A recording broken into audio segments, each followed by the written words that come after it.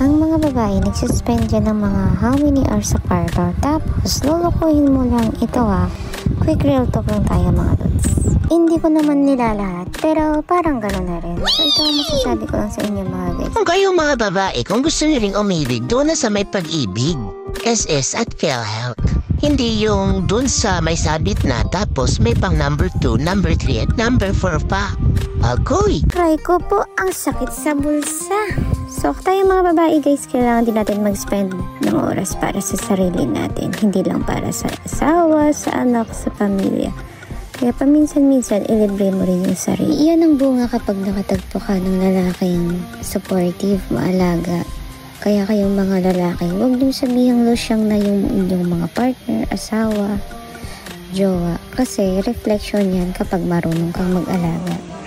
Oh, diba? So, walang ganun-ganun. Kasi kinuha mo yan. Panindigan mo, ginusto mo yan So, ayan guys, tapos na tayong magpagupit. So, pwede na ulit rumampa.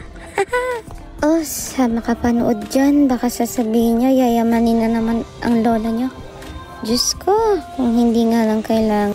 At super dry na yung buko. Ubus na sa kakatrabaho. 6 na taon na akong baga. Kaya dapat panatilihin na fresh, charot lang. Pero di natin talaga maiwasan, lalo na kapag nasa work tayo na nakaka-pressure, pagod, at syempre, higit sa lahat, walang tulog. Kaya dapat ay meron ka ring tinatawag na me time. Yung alagaan mo yung sarili mo, i-treat mo rin yung sarili mo. Hindi yung lagi na lang sila. Nakakapagod din yung minsan, guys. Twice a year na magpapaayos ng buhok, okay yun. Then twice a year din magpapamassage, magpa-foot spa, diba? At least parang niligaluhan mo rin ng kahit ano yung sarili mo. Pero wag naman lagi-lagi, baka mamumulubi din naman ang financer mo.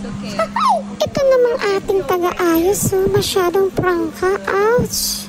Marami na nga talaga, di na maiwasan, diba? So yun na nga guys, medyo tapos na ang ating makeover for today's video. I hope meron kayong matutunan sa sinabi ko. Nag-feeling teacher lang naman ang ate nyo. May binibigay na advice ang ating colorista kung paano daw panatilihin at maging maganda ang ating mga buhok na mga kababaihan. Kaya dapat talaga yan inaalagaan. Pero hindi lang buhok, syempre entire body natin yan. So magbabayad na tayo guys ng towel fee niya. So hindi mura pero deserve natin yan. Kaya wag mong panghinayangan. Tingnan nyo naman guys ang resulta. Diba? Parang hindi mo naman masabi na dito lang yan.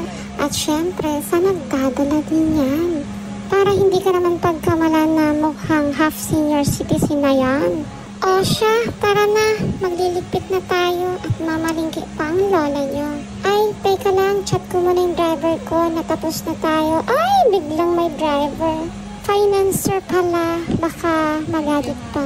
So, binigay niya na guys ang sukli natin. So, binigyan ko siya ng konting pakim-kim. Ayun, natuwa naman siya. Tapos, syempre, para sa sunod, balik-balikan mo rin siya. Diba? Ganon si Ateng. May pabaon na may pabaon na mga habilin. Siya, tama na nga. Bye-bye. Thank you for watching. See you for the next video.